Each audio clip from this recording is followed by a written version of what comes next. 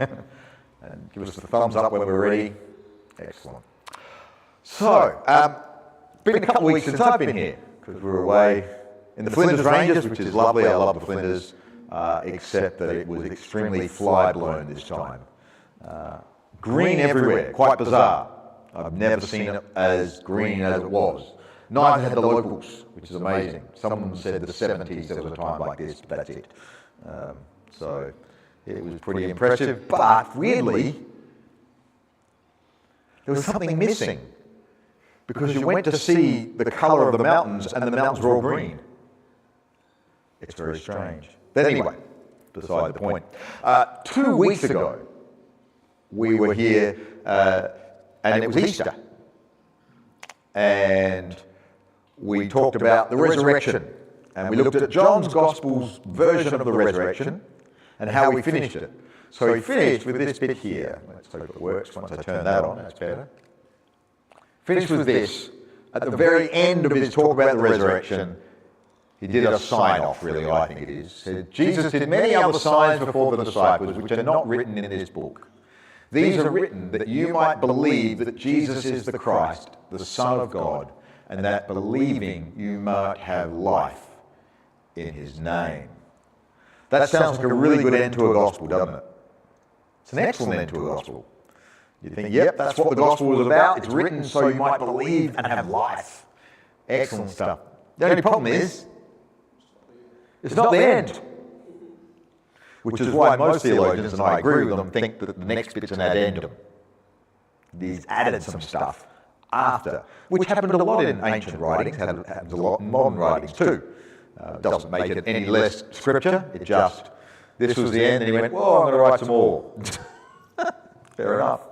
But before we do that, what I want to do in the next few weeks leading up to Pentecost, and Pentecost I want to start the book of Acts looking at what the church did, what happened with the church in its starting.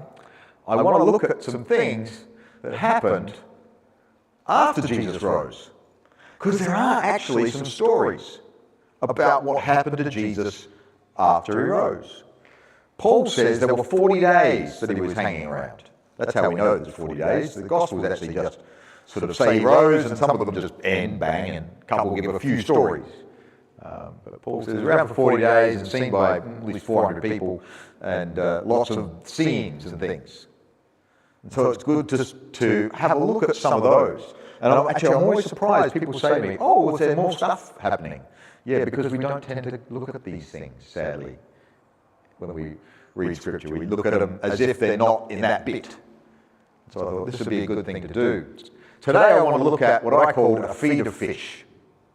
Big feed of fish. But before I look at that, I really want to talk about, do you have like any sayings that get up your nose a bit? That people say and you go, I hate that saying? I have a most hated saying that I hate. And it's this one. And the worst thing is, I probably said it some time ago. What's that? I just thought of one. You've thought of one. What do you hate? Beggars can't be choosers. Oh, beggars can't. Is that because we're beggars? Yeah.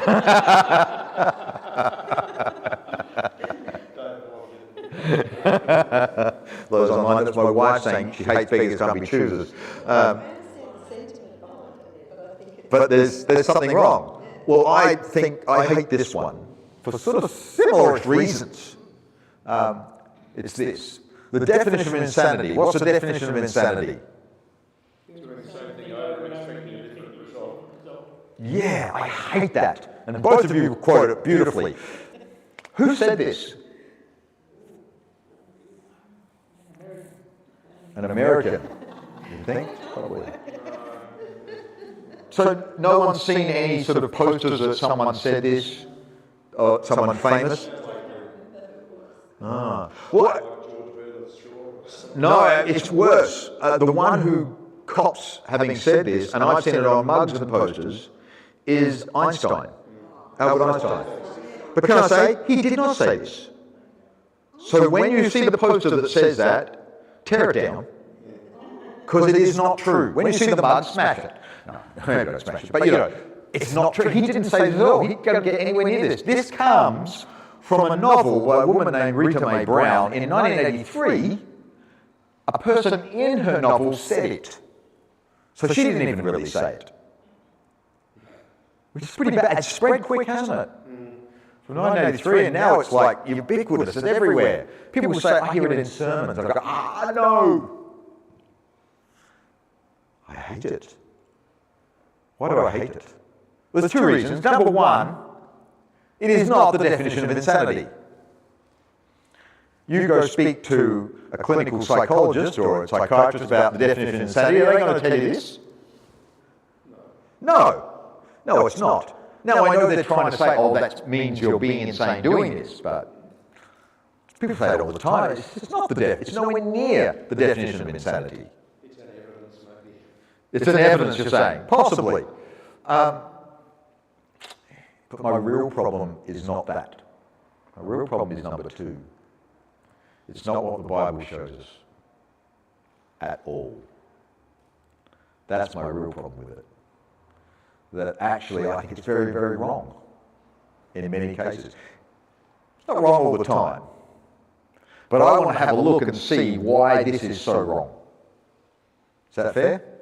I want to have a look at something that shows us that this is really, really wrong. So shall we look at that? Yeah. You're interested, Alan?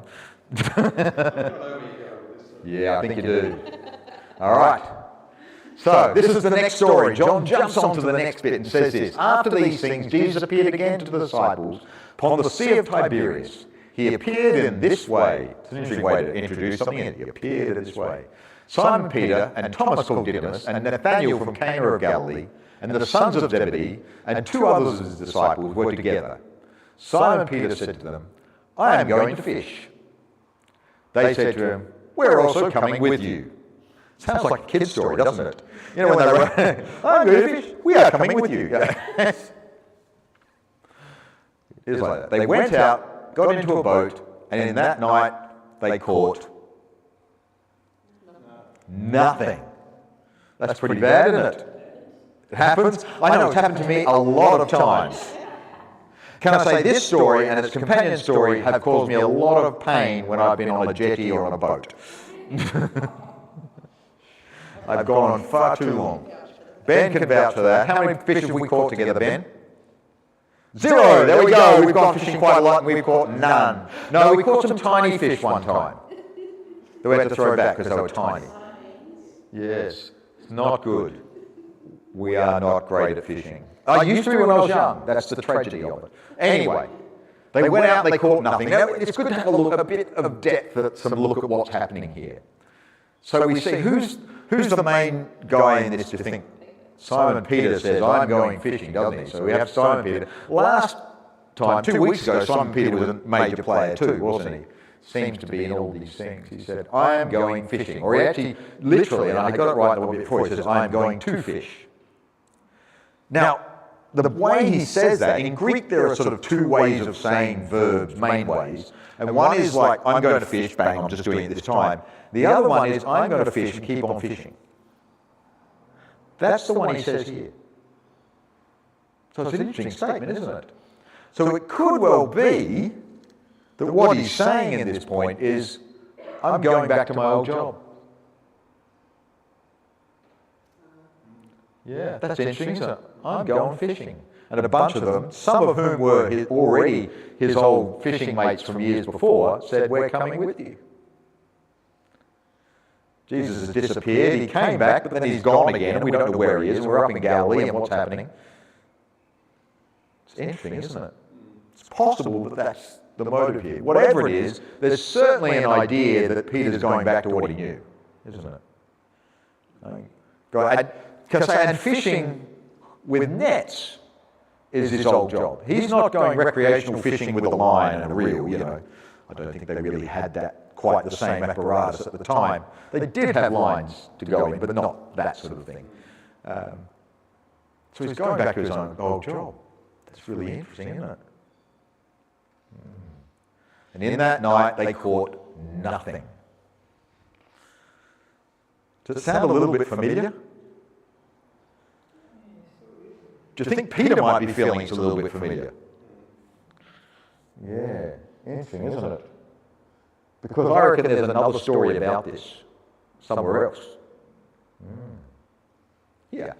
This is Luke's version of what happened, and this is right at the start of everything. Peter's actually called Simon at this moment. Simon Peter, sort of, and he's called Simon because he didn't get the name Peter yet. And it says this: Jesus got into the boat, one of the boats of the one which was Simon's, and asked him to put out a little from the shore. And sitting on the boat, he taught the crowd. After he had finished speaking, he said to Peter, "Go out into the deep and cast your nets into the water." Simon answered, "Master, we have worked through the whole night and caught nothing." It must feel very similar. Here he is. This is the beginning of Simon Peter's life with Jesus. And here we are at the other end, and Jesus has died and risen again, and Simon's out fishing again, but what's he caught? Nothing. Have you ever felt like you've been doing something and you get nothing? Plenty of times. I know I feel that a lot. Certainly, oh, sorry, this is our anniversary. I shouldn't be looking at her. Oh, I've got heat. It's terrible, isn't it? You've thrown me now. I remember, I've probably told this story many times, that's right, it's a good story. When at our old church up in Abfall Park, we felt to do this ministry called the Buzz Bus. And we did it.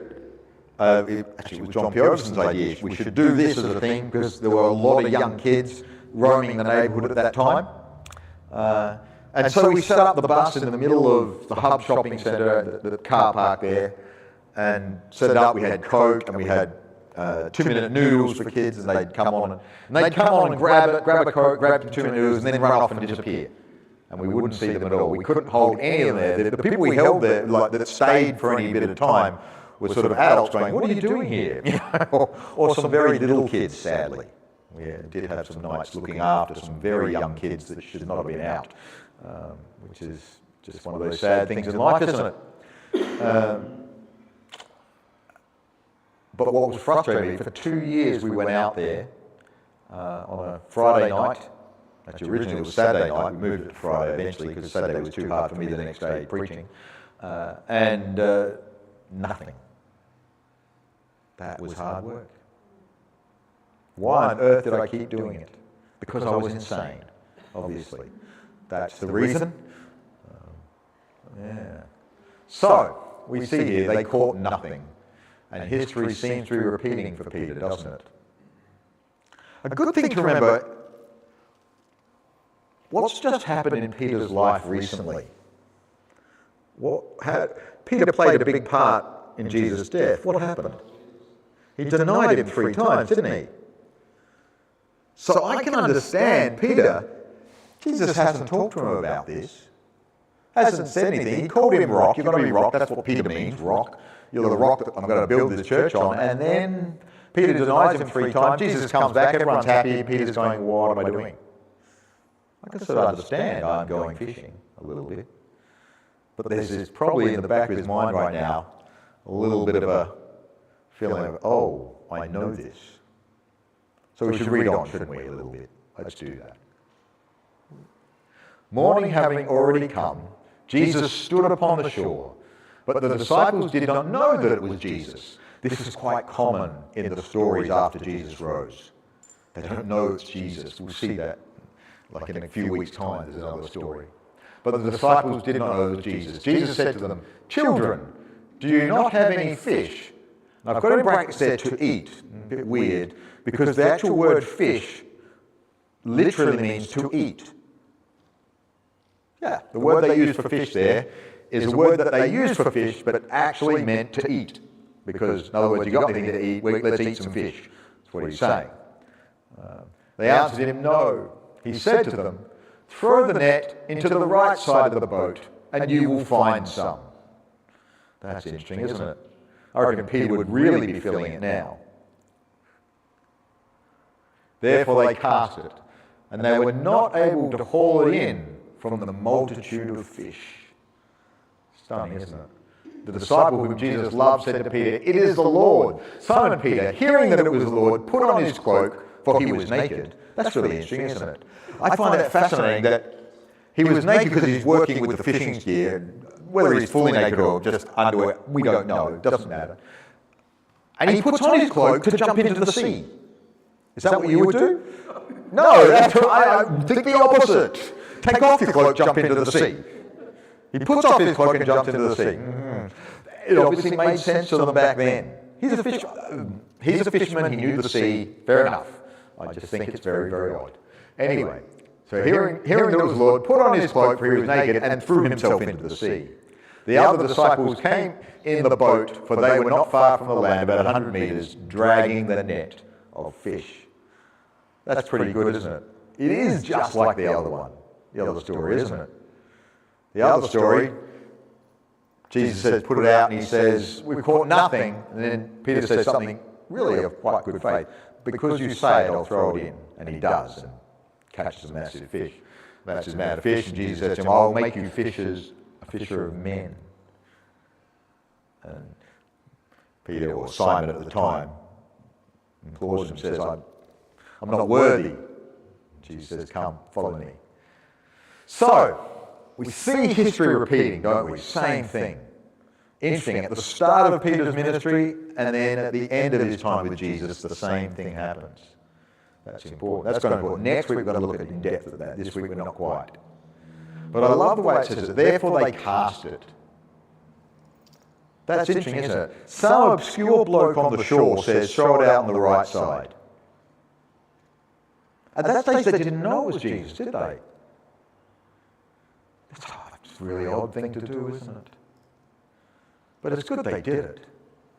This is the same thing they had done all night, wasn't it? What's the definition of? Persistence, that's good. Is it insanity? I think so. They cast it, but what happened? They were not able to haul it in from the multitude of fish. That's pretty good, isn't it? Doing the same thing, but different results. Wow. I told you it wasn't biblical, didn't I?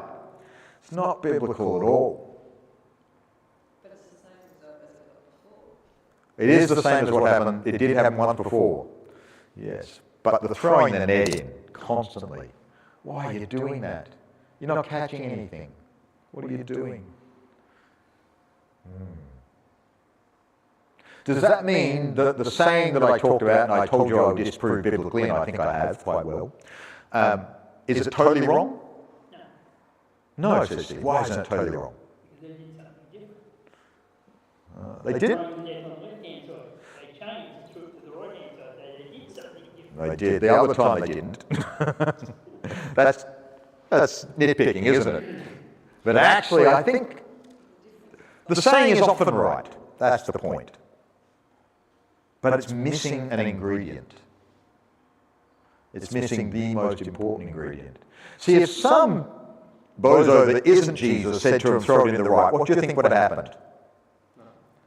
Nothing. That's right. Would have made no difference, left or right. And I bet during the night they threw it over the right, they threw it over the left. I bet they did. Because that's what you do, isn't it? What's the difference? The difference is Jesus, isn't it? My problem with that statement is that it doesn't take into account the action of God in people's lives. Doesn't take into account that God calls us to persist faithfully and then meets us. You know, I went out for 2 years on that bus. It was very tiring. We were up very late at night, had to drive it all the way back to Seaton, which is the other side of the city. Sometimes that caused a lot of trouble because the bus was old and terrible. And then had to make it home and fell into bed usually 2, 3, sometimes 4 o'clock in the morning. Worst thing, when it was Saturday, I had to get up for church on Sunday morning at that time.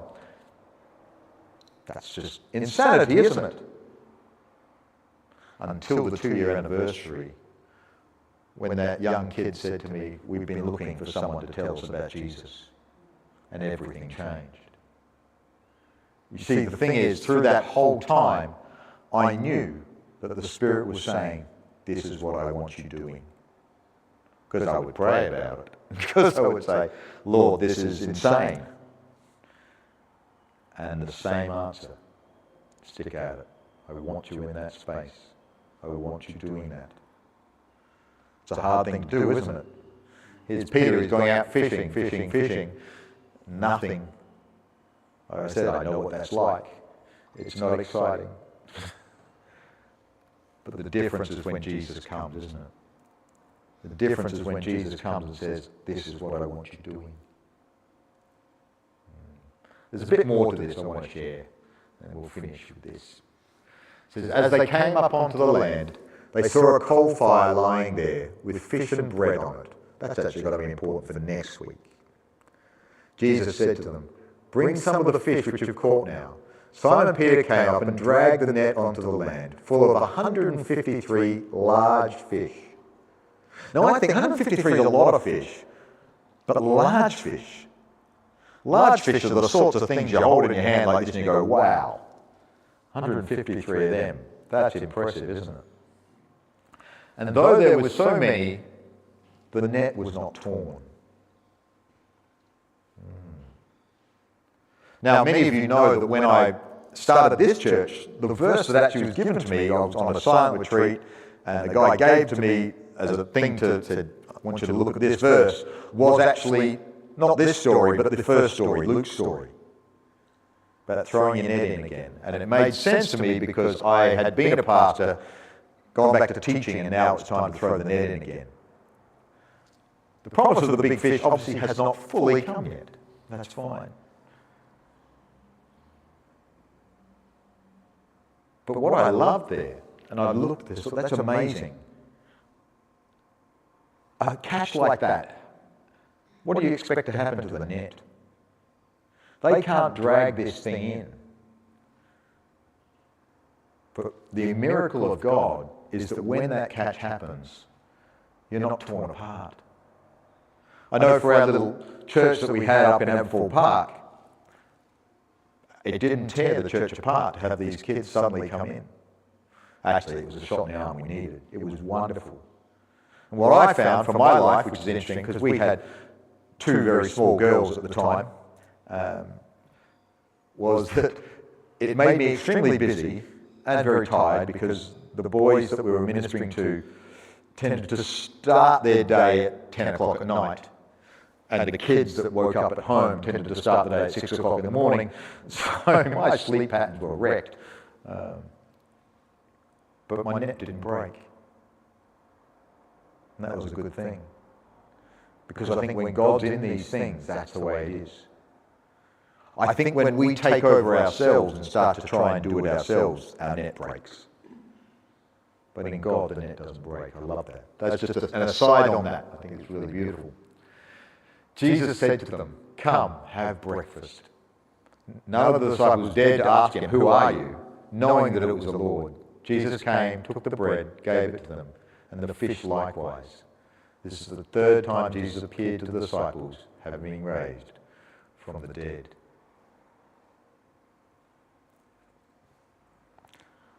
What I love in this, Jesus comes back into their lives, they've gone off, we're going fishing, and he comes back in. Does he tell them off for going back to fishing? No. Doesn't tell them off at all. I would have thought that's the logical thing. What are you doing? I told you to wait for me. I'm going to do stuff. Instead, he invites them to a meal. He gets the fish for them for that meal, a lot more than they could eat. An overabundance, isn't it? And that's an important thing in the gospel story. Interestingly, at this time, I said that this was written a bit later in the gospel and added. And what most theologians, and I believe they're correct, say is that actually this was written at the same time as 1 and 2 John. And what was happening at that time, and many of you that were with us previously when we looked at 1 and 2 John would know, is there was a bunch of people that left them and who were saying that Jesus only came in spirit and it's not really, and all you have to do is believe in spirit and that's all that matters. You don't have to be righteous in your life or anything like that. And the group was hurting. They're a hurting group. So the writer, we believe is John, writes this bit after saying, actually guys, this is what happened to us. When we were hurting and went off fishing, Jesus came back and said, no, come back to the blessing that is the kingdom of God. The place where there's 153 large fish. What I love in that, he says, come have a meal. Come have breakfast. I asked Lou, and they think, you guys hand out communion? It's an apt time, isn't it? Jesus invites us not to something where we've got to do a bunch of stuff, not to something where we've got to be right all the time. He actually invites us to a meal, to a life that is a meal with him, a life that is abundant. At times it doesn't feel abundant, does it? It's then we have to look back to Jesus, isn't it? Because the difference is him.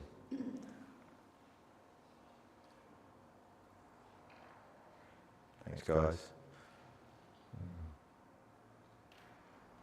I know for many of you, you'll have things in your life you've prayed for a long time. And I know what that's like. You pray, and it still hasn't happened. And it can be quite difficult.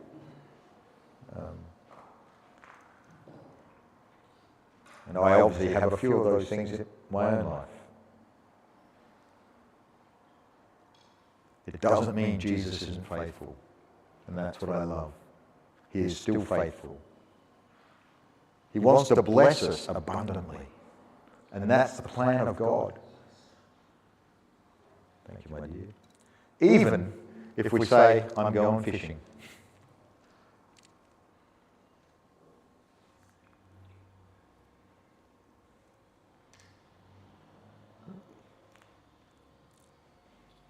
Thank you, Nathan. There we go. Now, can I say, this doesn't feel like an abundant meal, does it? But actually, we've got heaps of food out there from yesterday. So, so there's plenty of food. But this is the symbol of Jesus inviting us to a meal. A meal that is about the kingdom of God, about the blessings of the kingdoms that were won by Jesus. So when we take this, we say to him, we believe in you, we trust in you. We'll throw that net out again. We'll go again as you call us to go again.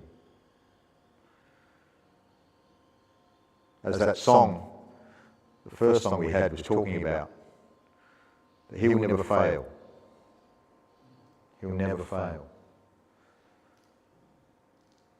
Because he is the life. He is salvation. Let's eat and drink.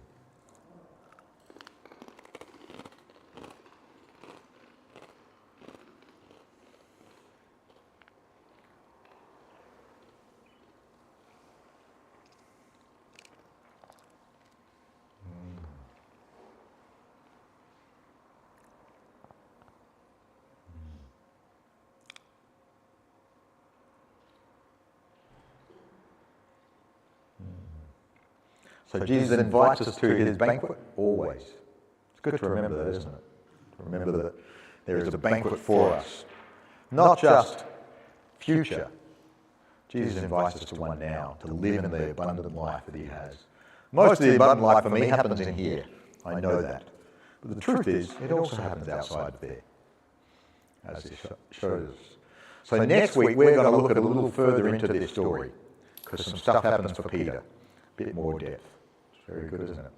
Other than that, I forgot to go to that one, didn't I? We have a couple of notices before we finish. Quite short today, but that's all right for me.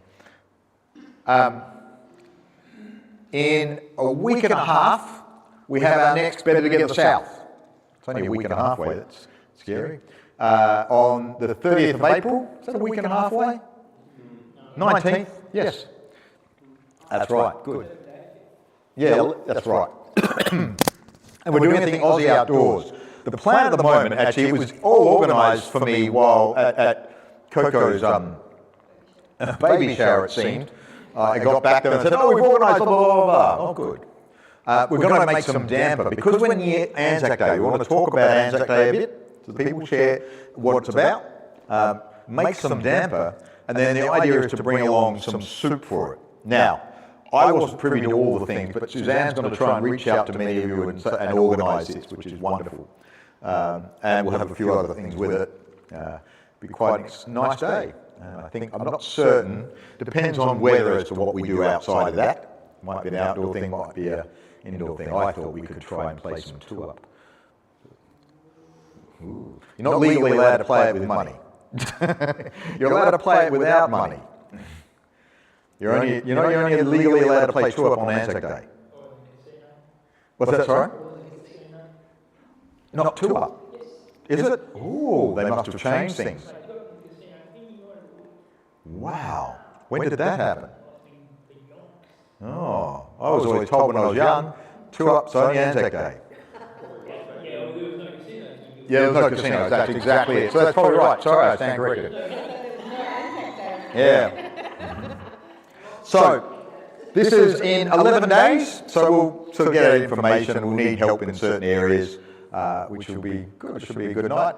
I haven't actually got anything for the other ones. We were looking to do a bit of a walk, but we found that next week was just too troublesome. Then the week after is too troublesome, because you're away, isn't it? And then, so we might do that early May sometime instead, hopefully. We were up in Stirling and it's not yet in its full bloom. Some bits are, but many aren't. So we might get away with it doing it a bit later.